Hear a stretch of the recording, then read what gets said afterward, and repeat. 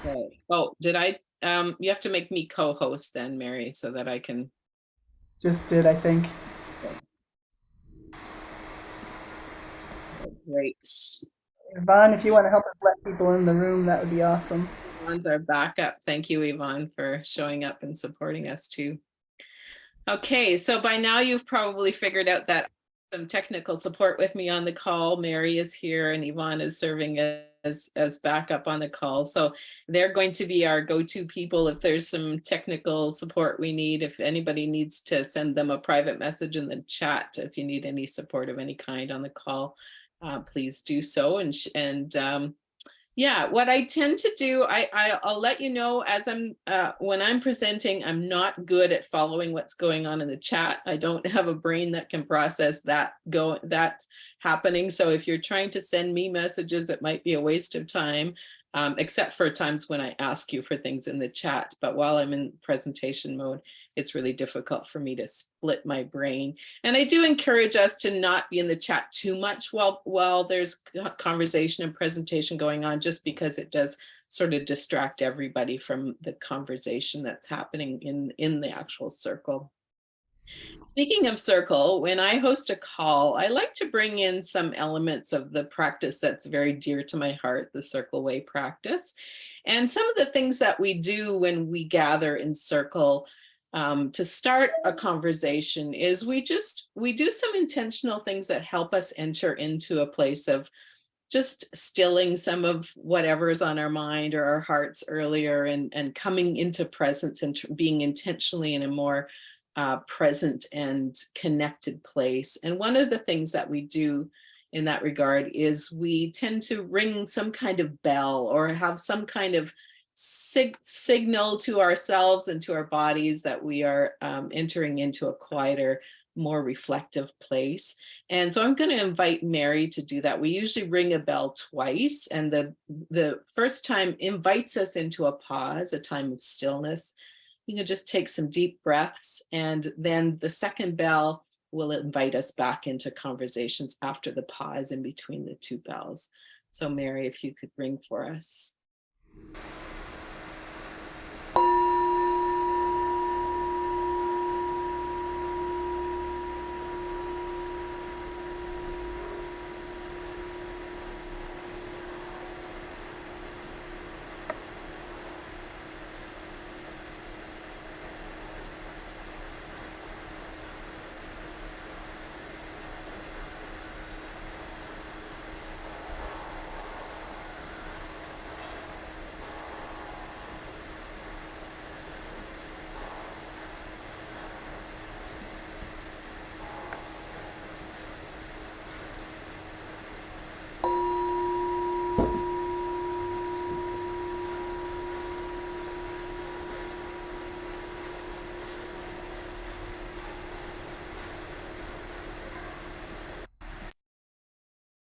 Thank you. The next thing I like to do is to read some kind of reflection or poem that, again, just invites us into a bit of a quieter, reflective space.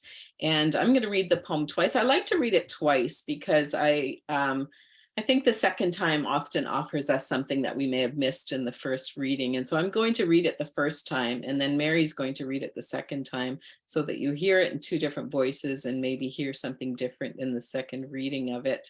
Mary has pasted it into the chat, so if you want to follow along, you can. This is from a beautiful little book called Embers by Richard Wagamese. I don't want to touch you skin to skin.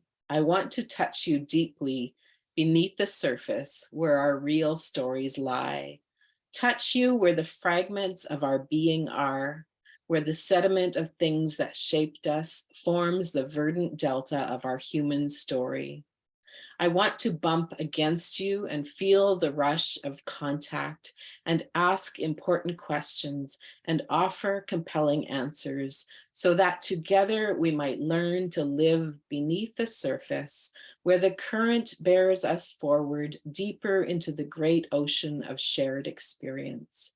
This is how I want to touch and be touched through beingness, so that someday I might discover that even the skin remembers. Embers by Richard Wagames. I don't want to touch you skin to skin. I want to touch you deeply beneath the surface where our real stories lie. Touch you where the fragments of our being are, where the sediment of things that shaped us forms the verdant delta of our human story. I want to bump against you and feel the rush of contact and ask important questions and offer compelling answers so that together we might learn to live beneath the surface where the current bears us forward deeper into the great ocean of shared experience. This is how I want to touch and be touched through beingness, so that someday I might discover that even the skin remembers. Thank you, Mary. I'm going to share my screen now because I'm going to offer a presentation, and I will mention that the slides that I'm presenting, you will get access to them. I'll send them in PDF afterwards. So if you're busy trying to take notes on what I'm presenting, you will get access to the file later. So first of all,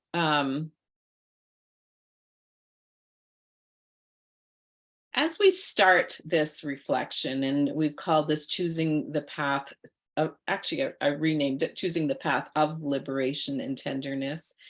And as we start this, entering into this conversation, I want to start with a few reflection questions, just as a way for you to enter into your own personal reflection around what we're going to be talking about today. And so Mary's going to paste these into the chat as well, in case you can't see them on the screen. But I want you to spend just a few moments, and I'm going to pause as I read this just to give you a moment of personal reflection. If you have a journal with you, you can do that.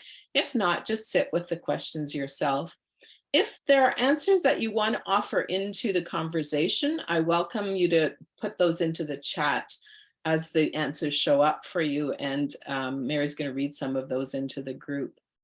First of all, I invite you to ask yourself, how much pressure do you put on yourself to excel at what you do?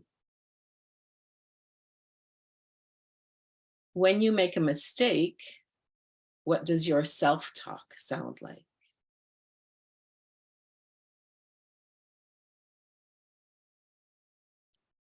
And when you look in the mirror, what's your first thought about yourself? What's the automatic thought that comes to mind when you're standing in front of the mirror?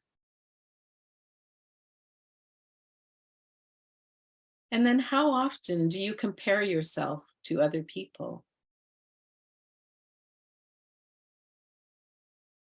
If there's any answers to those questions that you want to share, please feel free to pop them into the chat. And Mary, if you want to read anything out loud into the group, you can.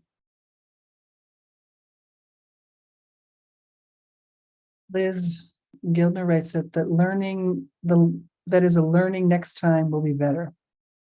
Mm. And that's the first chat we have. Feel free to write any other answers in and I'll share them.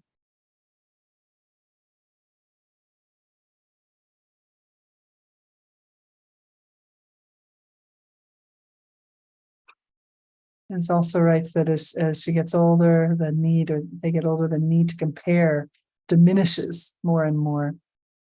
And Cheryl writes, the first question prompts an emotional response. I put so much pressure on myself to excel at what I do. Jean writes, mirror, whoa, who's that?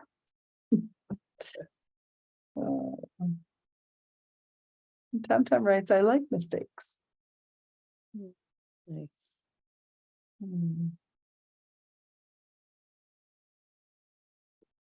Geraldine is agreeing with Liz. Comparison is less with age. Hi, Geraldine. Jill writes, I put a lot of pressure on myself to excel in mistakes. Ooh, I'm often unkind to myself.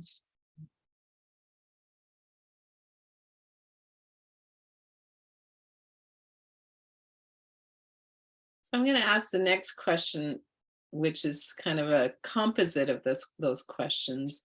And I'm curious about, hang on. There's a couple more answers. Can I share them, Heather? Yeah, please do. I'm starting to come in. Jean writes, it depends on the kind of mistakes. Cheryl writes, I'm starting to allow for life to flow when I'm in front of others. Nico and Chile, hello Nico. And I make certain mistakes. I don't really have self-talk, but I am very sensitive to even the slightest indication that someone is shaming me for them.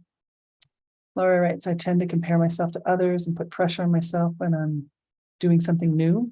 With more experience, I tend to get gentler and more forgiving of myself.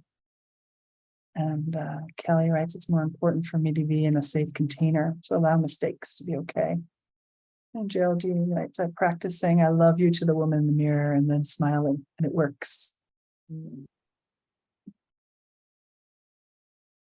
So I'm curious about those questions. The kind of encapsulation of those questions is another question that I invite you to ask about. What does all of this say about the script that's running in your head that's related to your own value? How much do you value yourself, and what script is going on in your head telling you whether or not you have value? And then another question related to that is, where did that script come from? Is that something that just you were born with, do you think? Or was it a script that you learned by watching your parents or the people around you? If you have any sense of that, if there's any reflection, again, if people want to offer that in, I invite that reflection as well.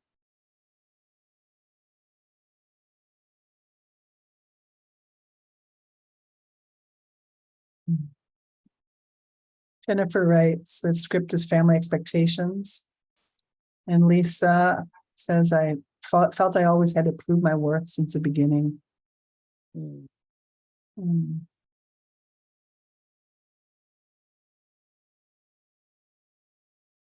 I remember for me, part of my family script, I felt like I didn't know how to talk about like politics or that kind of thing. I felt like I needed to be able to talk about that in order to be of value in the family. It's interesting. Mm. So a bit of personal sharing related to that. A couple of years ago, I had a fairly distinct time when I noticed it was a particularly difficult time early in the days of the pandemic, when I had launched a new book and launched a new business, and there were a lot of challenging things going on, as there were for many of us during that time. What I started to notice when I made a mistake during that time, because I was under a lot of pressure developing a new business and having launched a book, I started to notice that I was being particularly harsh with myself in that time, really self-critical, and the voice in my head was not kind to me. And so I spent time in reflection of, why is that happening for me? What is it that, I had developed a lot in my career. I thought I had a fair bit of self-confidence, and yet I found myself in this place with a lot of stress going on, and then a lot of self-criticism on top of that stress. And what I realized is that the way that I was speaking to myself was more harsh than the way that anybody else was speaking to me. Nobody else was criticizing me for this mistake. It wasn't like I was under a lot of pressure from other people. It was mostly an internalized pressure, and the pain was mostly internal, because I was not able to be kind to myself. So during that time, I started to pay attention. I started this kind of exploration of what this was and why was I causing myself this pain. And I started to have a lot of conversations about it. And I was really paying attention not only to the way that I spoke to myself, but the way that other people treated themselves. And I started to notice these really familiar patterns in the way people spoke to themselves. And the way those patterns showed up is what I call the 4 Ps. When we are in times of stress or times of high pressure or high expectations on ourselves, especially, we find ourselves kind of in the grip of the 4 Ps. And these 4 Ps are, the first one is performance measurement. We measure ourselves and we assign value based on things like achievement, status, wealth, our health, our skin color, our beauty, our gender, our academic and financial success, productivity, etc. And we probably all have different ways that we measure that performance, the way we show up. The second P is perfectionism. And I've seen so much of this recently. And I think it was kind of heightened during the pandemic, especially with, we were trying to show up online in a way that embodied perfectionism. We were putting pressure on ourselves. We impose harsh expectations on ourselves, especially when we don't think we measure up on the value scale. And then very much related to that, there was the third P is punishment. We punish ourselves. There's harsh self-talk when we don't meet our own expectations and we fail to measure up, or we think we're failing to measure up. And then the fourth P is protectionism. And I've actually just added that recently. I used to talk about 3 Ps and now I'm adding the fourth, because I also noticed that there's a sense of, when we get in that place of being harsh towards ourselves, we also get quite guarded. We protect our resources and we protect our rights, that there's that scarcity thinking. And we also start to defend ourselves against the punishment and perfectionism in the system, because we start going into shame mode, and then we have to become guarded and protect ourselves. So I started to envision, I always look for visual ways of talking about these things. And I started to envision how we become kind of attacked by these 4 Ps. And I really believe that many of the 4 Ps is something we pick up in our childhood. We learn them from external sources, but then with time, we learn to internalize them, and nobody else has to be punishing us. We punish ourselves. This is an internalized system based on what we learned in our early years. And I reflected on the places where those 4 Ps come from. And it's a case of social conditioning, I believe. I think we have been trained to internalize the 4 Ps. And here's some of the thoughts on that. Our schools teach us how to measure our academic and athletic achievements. So I think from an early age, we've been placed into systems that are based on performance measurement. Our media teaches us which bodies are considered beautiful and acceptable. We see it all the time. Which bodies are the most commonly honored in our media, again and again and again. Our religions, and this is not to beat up on any particular religion, but there are many religions in the world that teach us to be ashamed of our sinfulness, and we internalize that punishment for our sins, and we believe that we are not worthy because we are sinful beings. And then capitalism teaches us how to protect our resources from competitors. We develop the 4th P of protectionism because of our capitalist systems.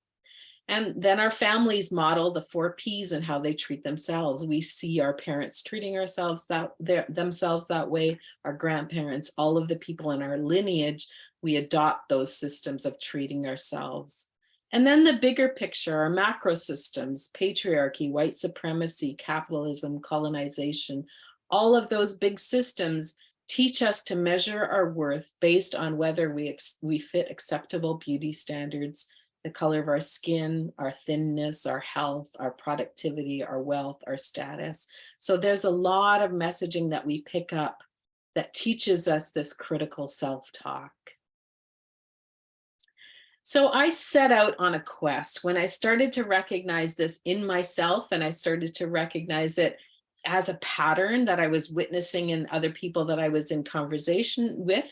I set out on a bit of a quest. And one of the things I normally do when I'm on a quest is I look for teachers. I look for people that are writing about it, thinking about these things, and I try to distill the information in a way that has meaning. And so I started to find writers who were really talking about how to disrupt some of what I witness as the 4 Ps. And one of the first writers that I came across that really had a big impact on me is Sonia Renee Taylor. She has a book, and I know some of you have read it. It's called The Body is Not an Apology, The Power of Radical Self-Love. And some of the things she talks about, she says, we've been taught to value certain bodies, and especially, she says, white, able-bodied, male, cisgender, heterosexual, etc., over others. The more valuable bodies are afforded certain privileges and power within our systems.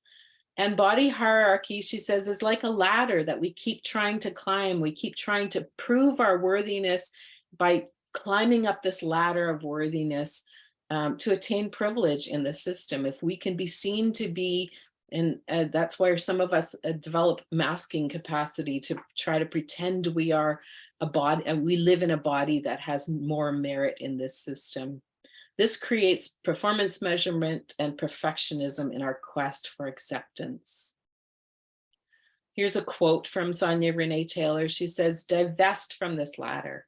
It's only real because we keep trying to climb it. We have no more use for it. When I don't have the ladder to climb and I understand my natural birthrights, the ladder is imaginary. We already came here with everything we need to be destined to be who we came here for." Another writer that I found, this is a much more recent book, it just came out recently, called Rest is Resistance, a Manifesto by Tricia Hersey. And she has a Instagram account that I highly recommend called the Nap Ministry. She's a big believer in reclaiming our right to have naps, because she says that capitalism has really tried to take control of our bodies and claimed our right to rest, taken that away from us. And as she says, she's a Black writer and really has studied how capitalism has its roots in slavery. The bodies of those with less privilege in the system were used to attain more wealth for those with privilege. And so that's the capitalist system taking advantage of and abusing bodies in order to build wealth and power.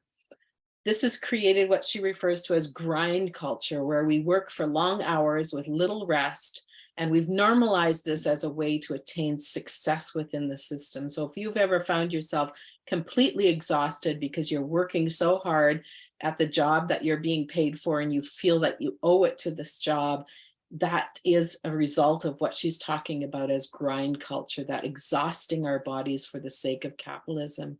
We sacrifice our bodies on the altar of capitalism, and we internalize the perfectionism of that system, rarely allowing ourselves the rest that we need. Some quotes from her. She says, "You think naps are lazy because toxic capitalism told you so. It wants you working 24 hours a day. Your body is not a tool for profit." And she really believes that by reclaiming our right to rest and naps, we also reclaim our right to the dream space. And she says, without adequate rest, we are not able to be imaginative, to have big dreams, to imagine our way out of the struggle and into more peaceful, more generative lives. You were not just born to center your entire existence on work and labor. You were born to heal, to grow, to be of service to yourself and community, to practice, to experiment, to create, to have space, to dream, and to connect. And then another recent writer that's had a really big impact on me, who also challenged, or two writers who challenged the 4 Ps. It's a book called Reclaiming Body Trust, A Path to Healing and Liberation. The two writers are Hilary Canavi and Dana Sturdivant. And they say that our cultures have demanded body perfection in our fitness industry and thinness and in the way we promote health as a way to measure which bodies have worth. We honor those bodies that are fit, that are healthy, that fit a certain perfection in this system. There's a lot of money, again, it's capitalism. There's a lot of money to be made in dieting and fitness and cosmetic industries off of telling people what is wrong with them and then selling them solutions to that. How many times have you picked up a magazine or sat and watched TV and watched the commercials on TV, and you see this indication that your body is not worthy because you are not fit enough, you haven't dieted, you haven't performed in a certain way that matches the standard of excellence or perfectionism. Diet culture teaches us to punish our bodies for the way that they don't measure up to the ideal. And they talk about this concept called healthism, which was really fascinating for me to learn more about. Healthism teaches us that if we're not actively pursuing health through personal lifestyle changes, we are somehow morally failing. So if we are not eating all the right foods, if we're not doing all the detoxes, we're not doing all the wellness, what the wellness industry sells us, then it's a moral failure on our part. If we are sick, and they talk about ableism as well, if we are disabled, if we are sick, if we're living in bodies that don't have good immune systems or whatever, that's some kind of failure on our part, instead of seeing it as a systemic issue. A couple of quotes from them in their book: "We struggle to recognize the role discrimination, stigma, and oppression play in our overall well-being. We reinforce a hierarchy of bodies that is upheld across systems and institutions." So similar to what the other writers were saying, they're talking about this hierarchy of bodies, which bodies have worth in our systems. "You were born with an inherent trust for your body, and somewhere along the way, you became disconnected from this intimate way of knowing via trauma, oppression, illness, and social constructs of gender, race, sexuality, beauty, health, and weight."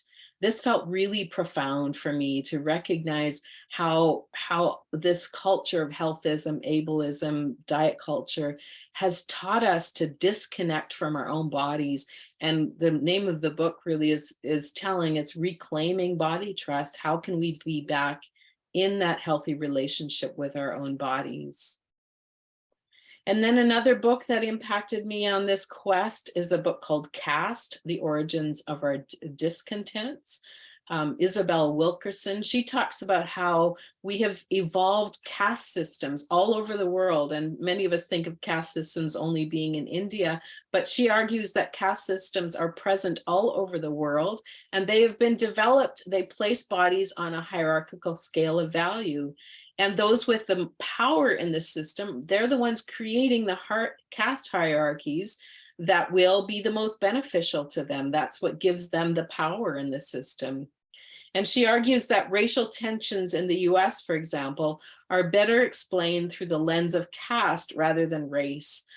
And caste is a 400-year-old hierarchy, placing white people at the top and Black people at the bottom. So this, again, this analysis of what we're all experiencing about where we are placed in the value system in our cultures is related to the caste system in those cultures.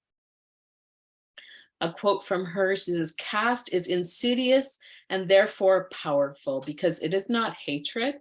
It is not necessarily personal. It is the worn grooves of comforting routines and unthinking expectations, patterns of a social order that have been in place for so long that it looks like the natural order of things." We become so used to these systems of hierarchy that we don't even notice that they're present. We don't even notice them in our subconscious, in our biases.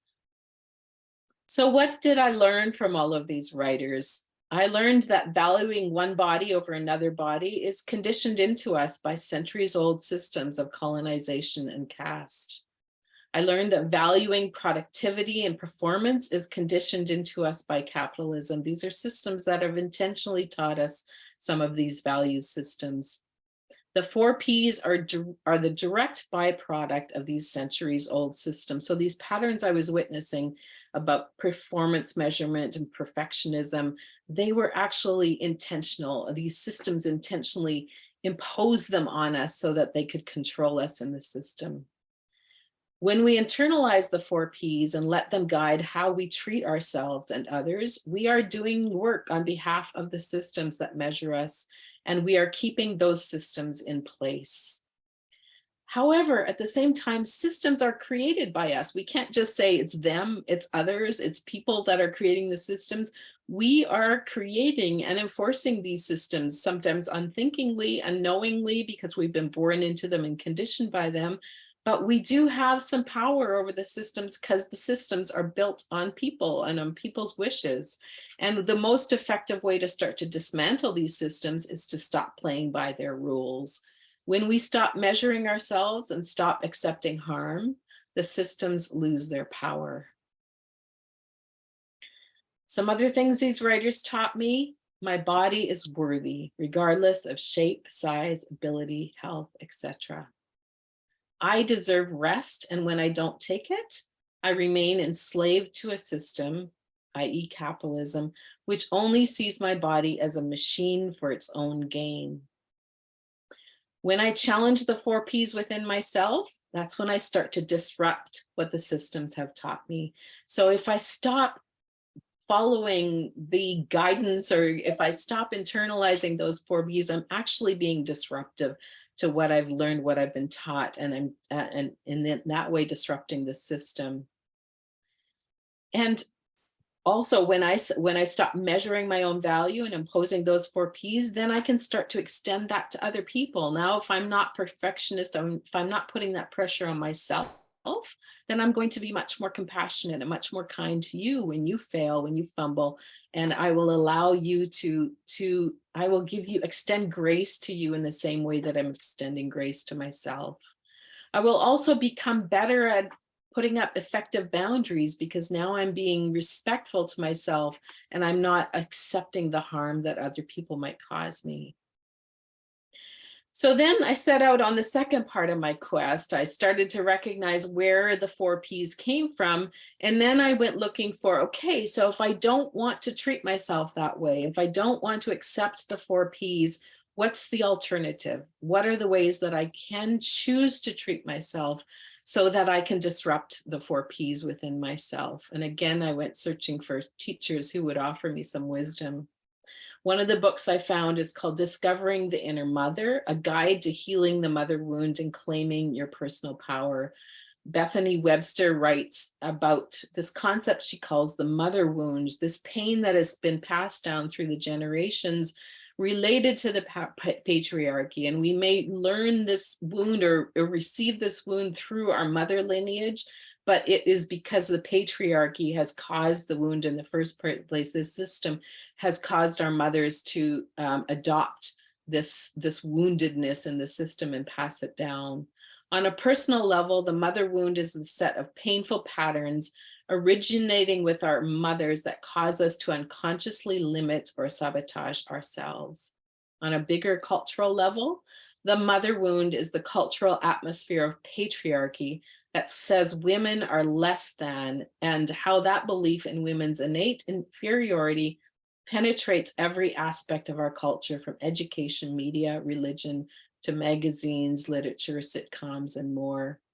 And she believes that if we learn to remother ourselves, we can begin to dismantle the patriarchy in ourselves, and that helps us dismantle it in the world around us. And this concept of remothering, to treat ourselves in the loving, accepting, kind, compassionate way that we perhaps didn't receive from our own mothers, that was maybe missing, we can give it to ourselves. We can treat ourselves in the way that honors our own worthiness and does not constantly punish us for not being worthy in the system. A quote from her, she says, "Coming into full empowerment requires looking at our relationship with our mothers and having the courage to separate out our own individual beliefs, values, thoughts from hers. It requires feeling the grief of having to witness the pain our mothers endured and processing our own legitimate pain that we endured as a result. This is so challenging, but it is the beginning of real freedom." So when we learn to separate ourselves from the pain that our mothers passed down, we can heal that. And it's a generational, and this is something I can speak to in my own life.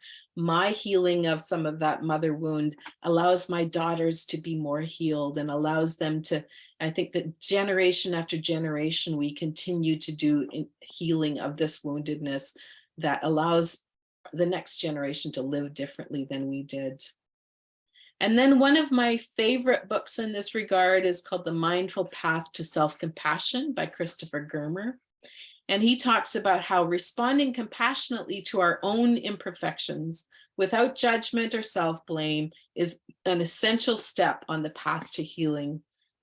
The three components he speaks of in self-compassion are self-kindness, recognizing the common humanity in our experience, and a balanced approach to negative emotions. So it's honoring and just being kind to ourselves, even when we are having what we think of as negative emotions. some quotes from him. This first one I found to be quite profound. I look at it this way, he says, the instinctive response to danger, the stress response, which we all are familiar with, the fight, flight, freeze, and some would add fawn or tend and befriend is another one. These three strategies help us survive physically, but when they're applied to our mental and emotional functioning, we get into trouble. When there's no enemy to defend against, we turn on ourselves. So fight now becomes self-criticism. Flight becomes self-isolation, and freeze becomes self-absorption, getting locked into our own thoughts. So some of what shows up as the 4 Ps is actually our defense mechanism when there's trauma, when there's something to defend ourselves against, when we feel under threat, we go into that self-criticism mode because it is our fight, flight, freeze response. A moment of self-compassion can change your entire day. A string of such moments can change the course of your life. And then the third book in this quest to find different ways of treating myself is called Internal Family Systems Therapy. Richard Schwartz is the founder of this modality in therapy. And he talks about how each of us has a variety of inner parts, that there are some parts of us that protect us. Some parts sabotage us, and he uses slightly different language, but it's essentially what he's talking about. And then there are some parts of us that reveal our inner child's wounds and needs.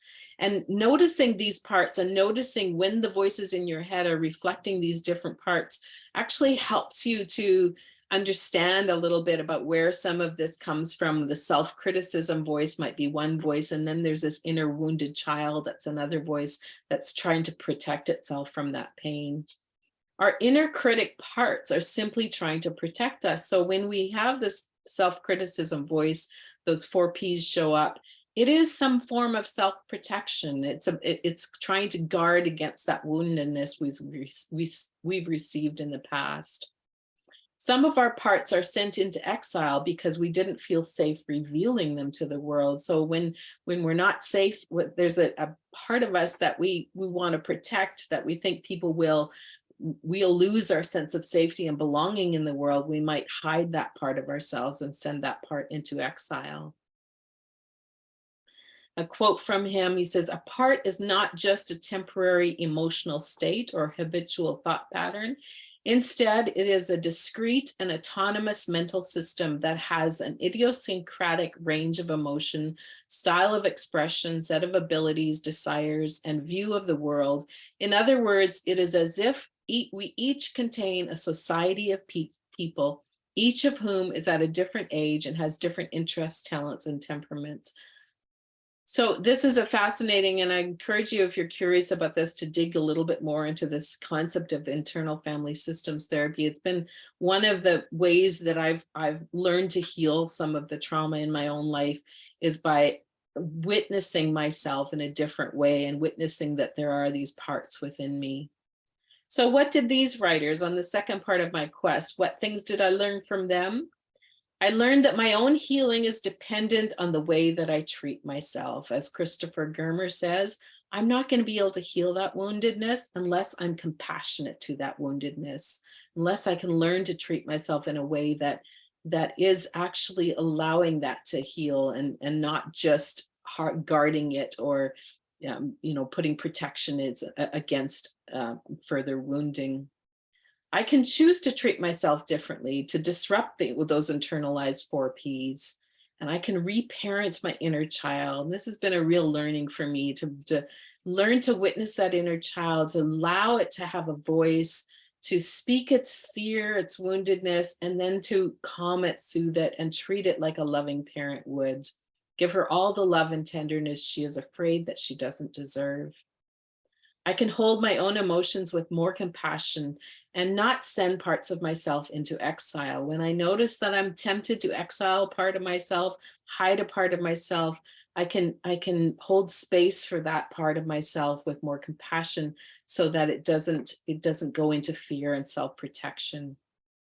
And then also visualizing a part of myself that protects and nurtures the more vulnerable and wounded parts. And that's the self-mothering part of me.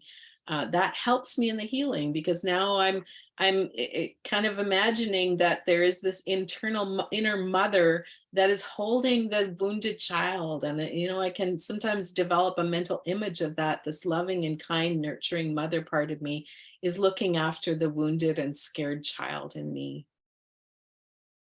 So what did all of this exploration lead to? I talked about the two parts of my quest.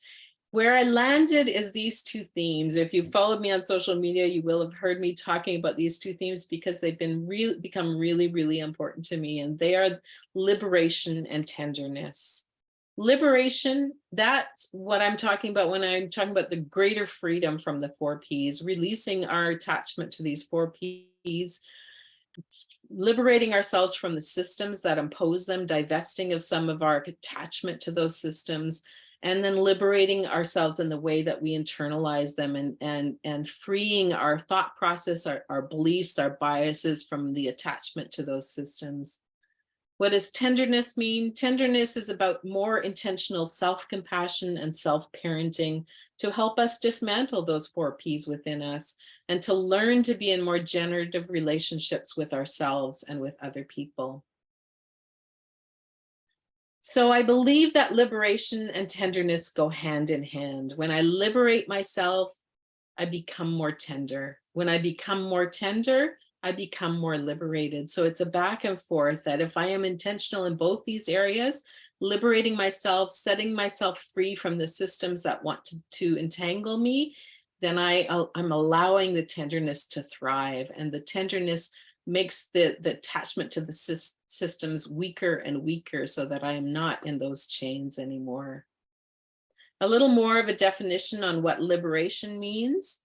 Liberation is disrupting the 4Ps of the harmful systems. It's examining the ways that we've been socially conditioned to behave and believe, and disrupting whatever is harmful. It's walking away from spaces, communities, institutions, individuals that dehumanize us. Believing in our own worthiness and our right to care, comfort, and compassion. Allowing all parts of ourselves to be seen when we want them to be seen. It's our own decision. Releasing the expectations of things like grind culture, and actively choosing rest, honoring our body's needs, and being compassionate, and reclaiming body trust, and not accepting the harm of diet culture and healthism. What does tenderness mean? It means loving and trusting our bodies regardless of their appearance or their performance. It means caring for and reparenting the wounded parts of ourselves. It's about choosing grace and compassion instead of judgment and punishment, making those intentional choices. It's accepting our fumbling, and we may need to make repairs sometimes when we fumble, but making repairs while still being compassionate with ourselves in the fumbling. Recognizing and healing the trauma caused by systems of harm. Making loving choices on behalf of our own bodies and hearts, and other people's bodies and hearts. Slowing down, getting rest, and being mindful. Holding space for all of our emotions and not shaming any parts of those emotions. Having healthy boundaries that reflect our own self-love, and letting people care for us. So when I started to develop this idea of a tenderness practice, I started writing, and one of the things that I did is I imagined tenderness as one of my internal parts. It's kind of the mothering part. And I thought, by externalizing that a little bit, by creating this idea of a part in me, it was almost like it required less doing on my part. And then I could receive the tenderness as if we're a mothering figure, and simply be in a receiving posture, instead of, oh, it's one more thing I have to do to put on my to-do list that I might fail at. But now it was, how can I receive tenderness and allow that to be more a part of my life? So I started to write in my journal in the voice of tenderness. And some of you may have already downloaded this little ebook that I've created. It's called The House That Tenderness Built.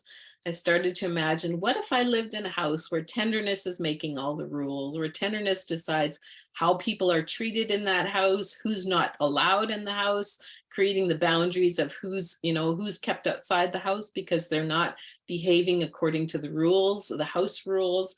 And this really helped me change my own relationship with myself, because now I was intentionally choosing to live in this house that tenderness was offering me and giving me a space to love myself into a different way of being. This is a sample piece, a little piece that I wrote in that ebook. And by the way, you can download this free at heatherplett.com. If you sign up for my newsletter there, you get access to it free. I think it's time to stop gaslighting yourself, Tenderness said. Whenever you do that, you send parts of yourself into exile. What do you mean? I asked, genuinely puzzled. You often downplay the pain that you've experienced in the past, or you tell yourself not to take things so seriously, or you internalize a challenging situation and assume it must be your own fault. But I don't understand what this has to do with sending my parts of myself into exile, I responded. When you do that, and this is the voice of tenderness again, you silence the part of you that is feeling pain or betrayal or disappointment or anger. You tell that part that those feelings aren't valid and that you're not willing to hold space for them. So in other words, tenderness was a way to treat myself the way that I was willing to often treat other people. I had compassion for other people at times when I didn't have it for myself, and I started to intentionally internalize that more and more. So what is a tenderness practice? First of all, I think it's a practice of mindful self-talk. It's pausing to notice when the 4 Ps are running the show. It's intentionally inviting tenderness to challenge those 4 Ps, and gradually this rewrites the script in our heads when we can have this mindful self-talk. Secondly, I believe tenderness is a somatic practice. It's an embodied practice. It's finding embodied ways of soothing your nervous system. And one example is something called havening touch, which I don't have time to teach you about, but if you Google that concept, you'll find some videos about how to do havening touch with yourself. Invite tenderness to teach us how to treat our bodies. Have a conversation with tenderness about what are your body's needs. If you are more tender with your body, what does that look like? Be mindful of when our bodies long for tenderness. And thirdly, it's a boundary setting practice, becoming more mindful of the ways in which we allow people to treat us. Tenderness makes us less tolerant of harmful behavior, invites us to protect the inner child, because now that inner child has worth. It's not being measured on a scale of performance measurement. It is inherently worthy. And so we're going to protect that child from the harm that people might cause that child. I believe that tenderness creates a shield, and you see now that I've changed that image. The attack of the 4 Ps is not not able to get to you as much because you are created this shield of tenderness. I'm choosing to be in. If you've read my book, you know about the concept of the psychic membrane. Tenderness is part of that membrane. How do I choose to protect myself so that the 4 Ps do not have as much power to get at me? How do you start a tenderness practice? Well, I think you can start with self-awareness. First, begin to notice how the 4 Ps show up in your self-talk.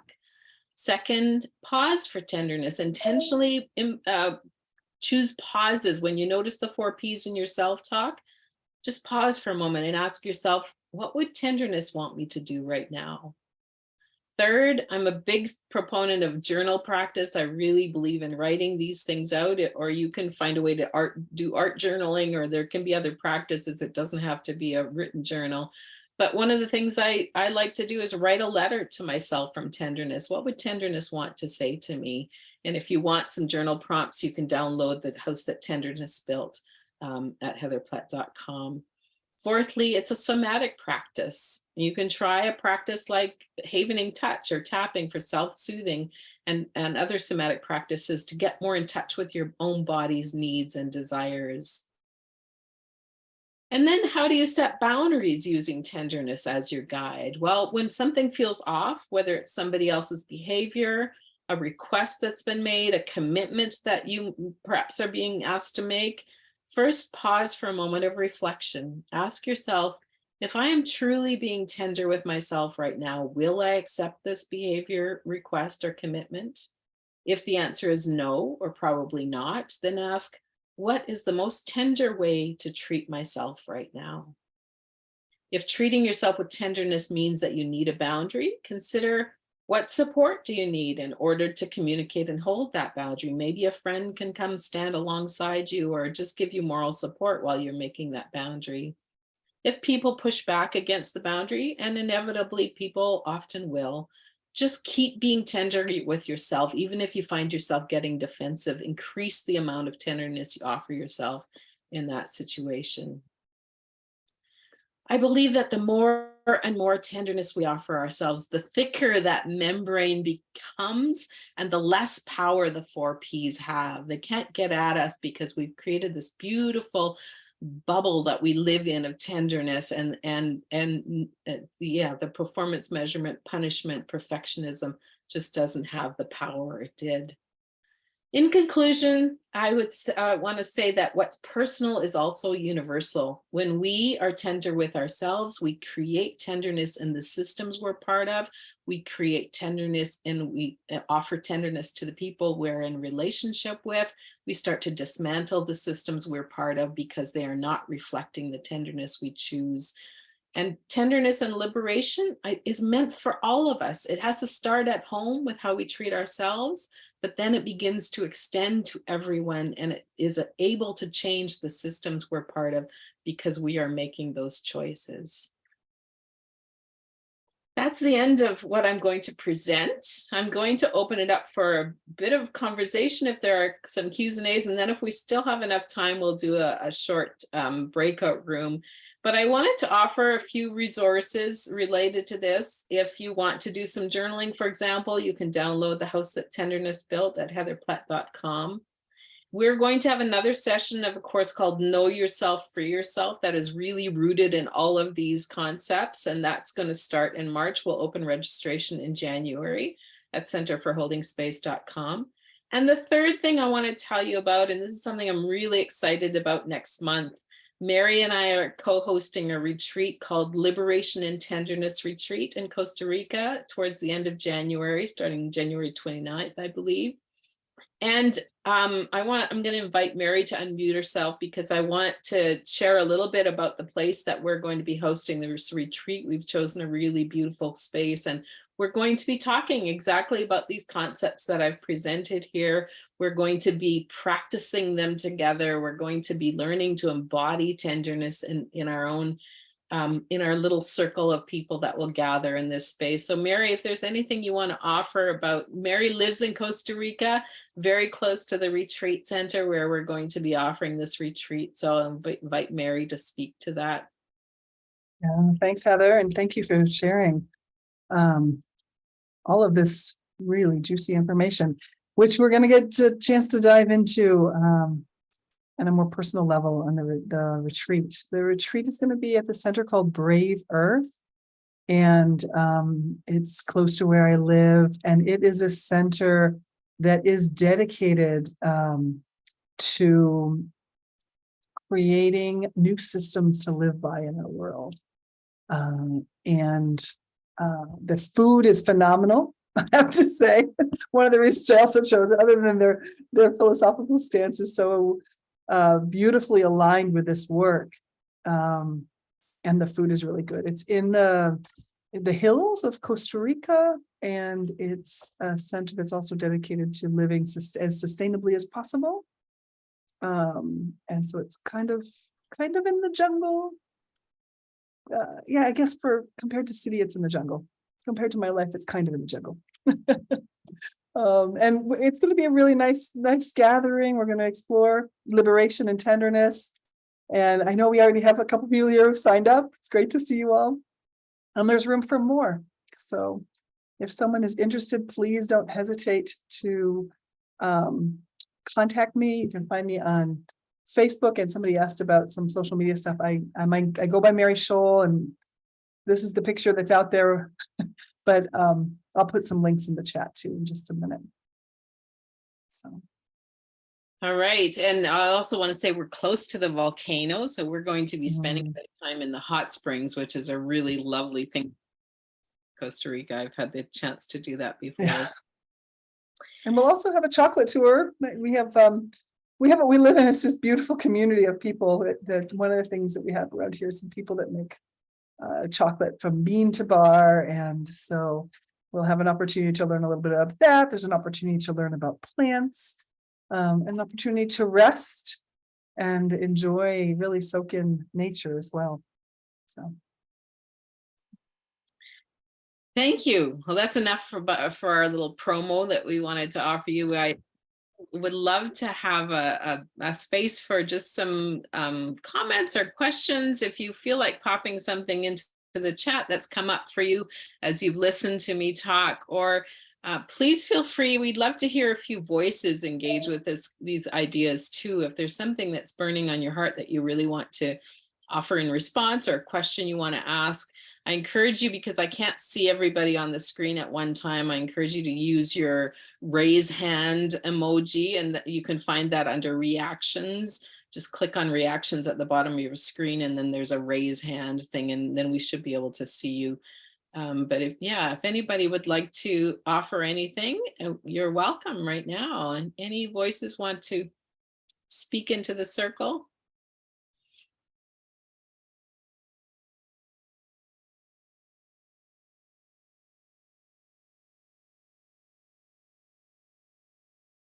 How are you feeling about being more tender with yourself and liberating yourself from these systems? Raj, I see your hand. Thank you, Heather, for this a lot of reflection questions, beautifully framed. And I think what word comes to mind is peace begins with me. And if I can start to take myself to that place, then perhaps I can influence others in the system by modeling what it is that I would like to see. Mm-hmm. And having been to Costa Rica many times, and been sharing space with Mary and Yvonne and others, it is a beautiful place to learn if you're able to get yourself there. The environment is beautiful and nurturing for learning. And I think you've provided today so many questions to hold and reflect and act on. Thank you, Heather. Thank you very much. Yeah, peace begins with me. I love that reflection, because I think that's a friend of mine who's been a long time teacher doing similar work to me. She believes that at the end of the day, our most important work in the world is to become islands of calm. If I can become an island of calm that other people can anchor into, and if I can live these concepts, if I can live tenderness and share tenderness, then other people can find a place to find that in the world. And that begins to, offer more and more people that it spreads. It's like when you offer a bit of tenderness, they have more capacity to offer tenderness. And I love that idea of somebody just finding an anchor in you if they need it. Lisa, I see your hand. Oh, and then it disappeared. Well, it's just because I was debating whether or not to say my very honest reaction, which is that it sounds like a wonderful thing for everybody else in this place to do. And I would highly be so happy and encourage everybody to do it. But I feel like it would be a cop-out for me. And I thought, oh, that's an interesting response. Yeah, that's an interesting thing to inquire into, what that means for you. What does it mean to be a cop-out?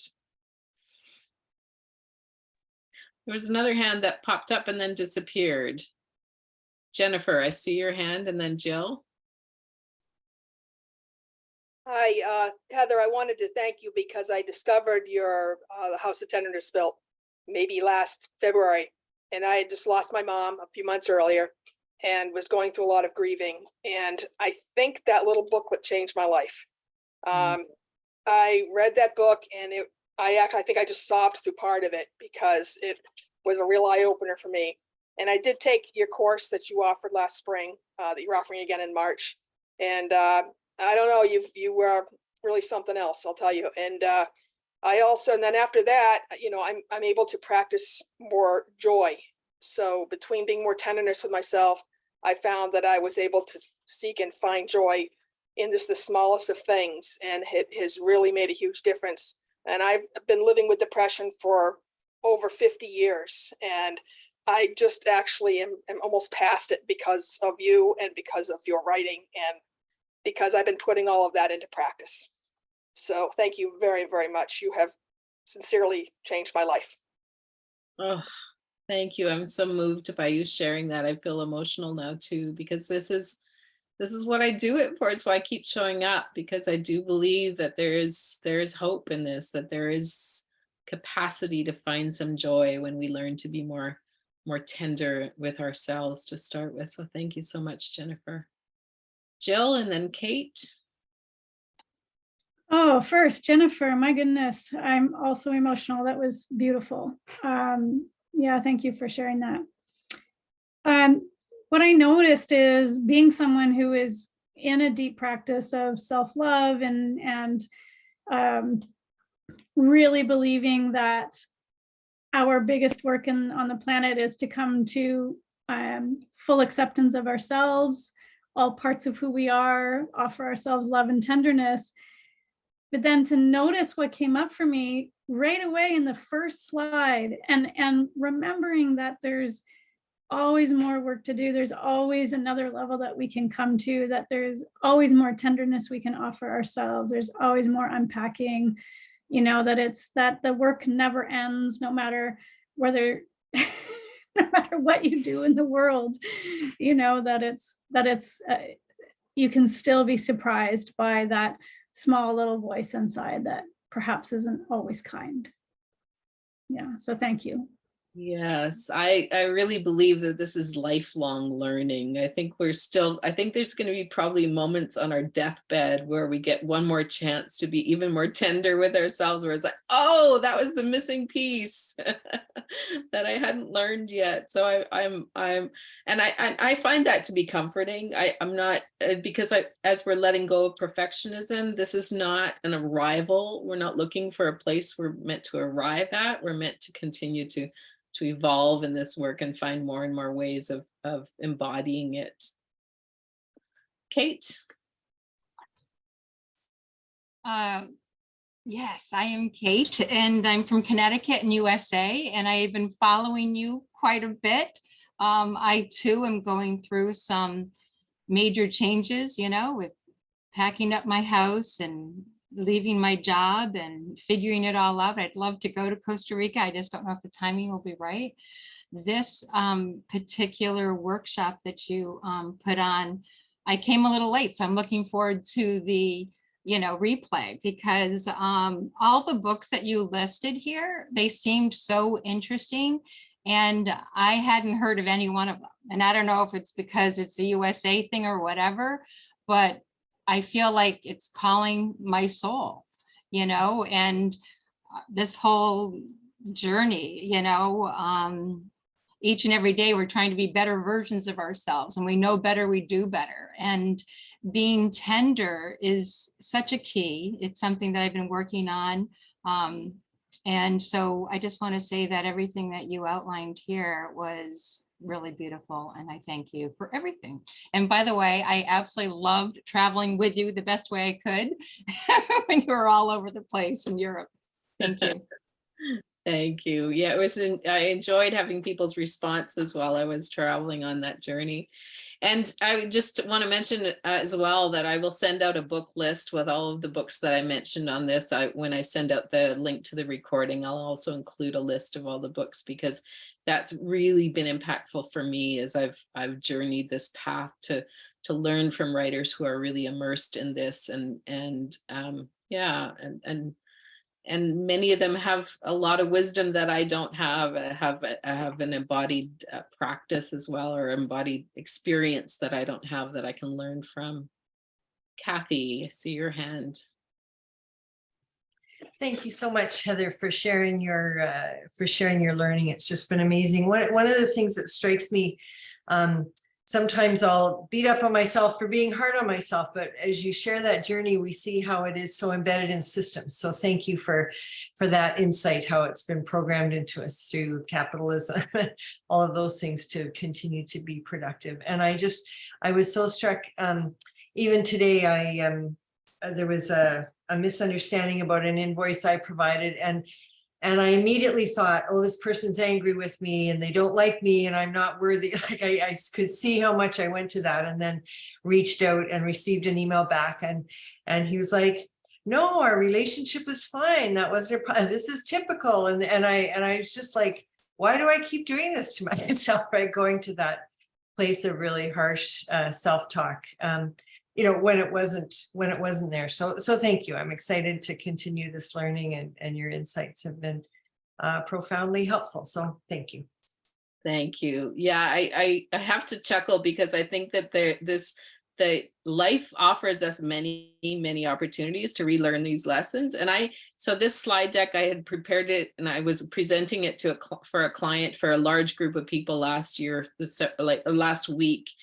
And then I tried to get online to present at this live webinar, and the technology did not work. It would not allow me. And I started to, where I went internal, and I started thinking, I must not be doing something right. I don't know why I can't figure this out, etc. And I'm like, I thought, wait a second, I'm about to go online and talk about tenderness and moving away from self-criticism. And here I'm doing it in this moment before I present. So is this, and I started to laugh, and I was able to invite tenderness into that moment. But I think, yeah, we get to practice and practice and keep learning every time we bump up against it. Tammy, I see your hand. So it feels really, really good to be in circle with you. And what I love about so much of the information that was presented is I'm a little bit further along on the tenderness and liberation than I thought, but there's still work to do. And with the self-talk piece that came up for me, literally this past Friday, I was in LA, and a friend and I were walking back to the parking lot behind the restaurant where we ate, and the asphalt and the curb were even, and it was a narrow place. So I was walking on both of them. Well, unexpectedly, the asphalt or the curb rose or the asphalt dropped. I don't know. But before I knew it, I literally was flat on the ground before I realized what happened. And I wasn't hurt, I was able to protect myself, my knee, but what was the most profound thing for me? I was with my girlfriend, we got in the car, and she was still pretty shook, and she was like, "Are you okay?" And I said, "Do you know what the neatest thing about it is that I'm not beating myself up about this. I'm not, I feel like I should be more embarrassed or upset with myself about what happened, but two people walked by to reassure me, because I still didn't know what happened. I was sitting down on the ground catching my breath, and they pointed out what happened, and this is why I was on the ground. And honestly, what I came away with that experience was how caring and kind I was to myself, which is absolutely a departure.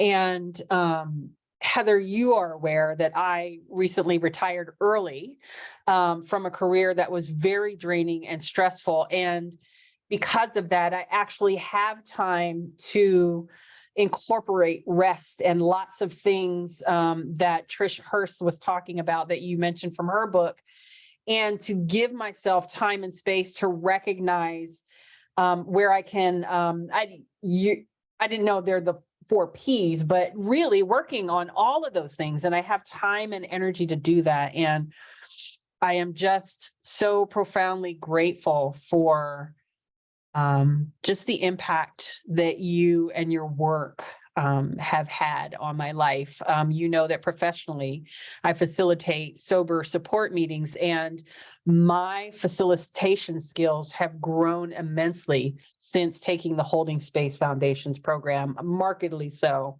So many people have remarked on it, and I always give the credit to the Holding Space Foundation and their work. And I'm just very excited to see this direction that it's taking further towards liberation with tenderness hand in hand. And I just love it. So thank you.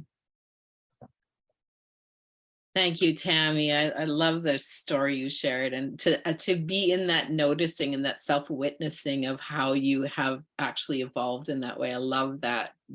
And I think that's an important part of self-tenderness, is to honor yourself when you do it right, instead of beating yourself when you're not doing it right. Oh, this is a moment where I'm actually doing it, and pausing for that reflection, I think, is such a good one. I want to say, for those of you who haven't met Tammy, Tammy has been one of my support people in the Know Yourself, Free Yourself course that will be starting again in March. And so she's been alongside me in this work as well as it's evolved. I think I would like to invite us to do like 10 minutes in a breakout room, just because I think it's a good idea. I want to invite you to reflect a little bit about your own self-tenderness. I have some questions I think Mary's going to pop into the room, into the chat room. You may not have time for all of them, but I do invite you especially to reflect on how are you going to incorporate these ideas. We're coming into a new year, and a new year is often a good time to recommit to ourselves. I'm not a big believer in kind of the traditional New Year's resolutions, because sometimes those are about beating ourselves up in some way. But how are you going to choose tenderness and liberation in 2023? So I'll just invite you, if you want to stay with us, and a lot of people have checked out already, but if you have some time to stay and be in some conversation, Mary's going to line up the breakout rooms, and you can pop out and just have a little conversation with a few people that show up in the room with you. And I just want to say, I've got them ready. I also, if you find yourself in a room by yourself, don't panic. I will find you and move you. So I'm just going to keep an eye out as to how things go in moving into rooms, and then I'll move you so you're with some people. So.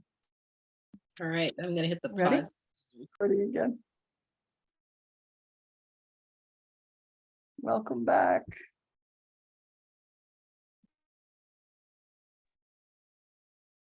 Welcome back, everyone.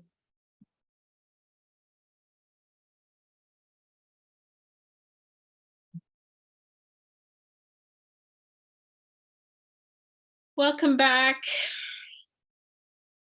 I realize it was a short conversation. You didn't have a lot of time in the breakout room, but hopefully it gave you a little bit of time just to integrate some of these ideas and reflect with some other people. And it's always fun to pop into a room and suddenly you're with somebody on the other side of the ocean and someone you've never met before. So hopefully there was some juicy things happening. Just in the minutes left, we don't have a lot of time for conversation, but I would love for you to pop into the chat. What's one learning that you received today, or one commitment that you want to make to yourself? And if you talked about that in your breakout rooms, what's something that you are leaving with today in terms of your own reflection and commitment to yourself? Feel free to share them, and maybe we have time for one or two people to raise their hands if they want to speak into the circle.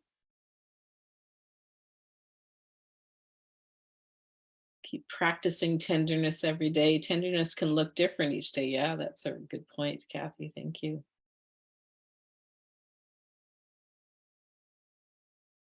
Is there anybody that wants to? Oh, I see Lucy's hand. Lucy, you want to speak?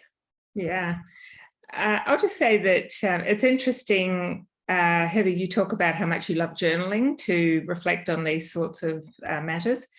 And just from that little whatever minutes that we had in the breakout room, I'm somebody who really gets value from talking with somebody. And I was in a breakout room with Kathy, which was fantastic. And that's what nourishes and energizes me for this kind of work. So thank you for the breakout room. It was fun. You're welcome. It's nice to notice those things when you notice what is your practice, because I offered some of what I think is a part of a tenderness practice, but you may have a very different practice, and so I welcome that kind of reflection as well.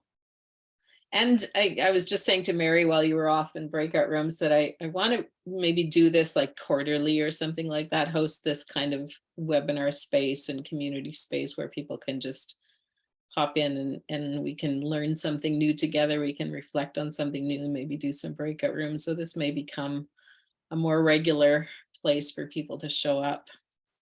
Mary, are you noticing things you want to read out from the chat? Yeah, there's a few. I'll read a few and then we'll pass it off to Fran. But Cheryl wrote, love the bubble of tenderness surrounding and protecting from those P's that are still present. Yvonne wrote, tenderness is a part of me.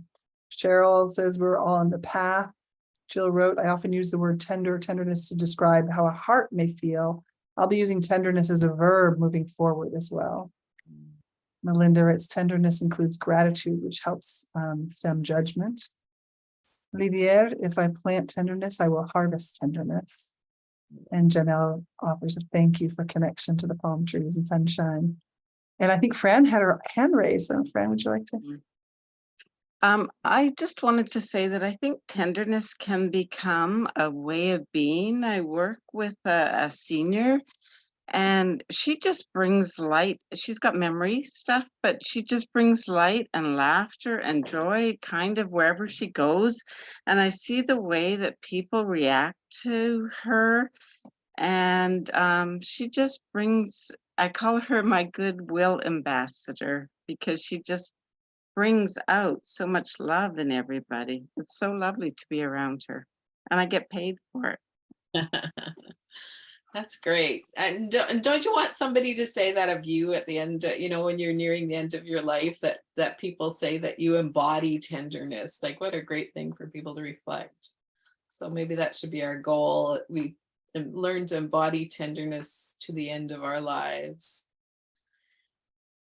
Well, we've reached the end of the time that we had allotted, and I'm just extend gratitude for you for showing up with me in this circle today. And I'm always feel optimistic when people want to show up to talk about tenderness, because it feels like that's just spread a little bit more into the world. So thank you for showing up, and I wish you all well in whatever the next few weeks. I know for some it's a holiday season, for others it might just be ordinary days, but also the coming of the new year, however you mark that. I hope that it is a time of just, tenderness and ease and peace, and don't take on duties that make you feel exhausted. Give yourself rest and be kind to your bodies. And and when the new year hits and suddenly all of the media is full of diet culture stuff, ignore it and be kind to your body and love your body for whatever beautiful imperfection. Just be really, really gentle with yourself. So that's how I'd like to close the call. And Mary, often when we're in circle, we usually ring a bell at the end just to bring it to some closure. So we'll invite Mary's bell ringing as a way to end our time together. And I want to thank everyone for all the nice comments in the chat. And I want to echo you, Heather, and wishing everybody a peaceful, tender, kind season.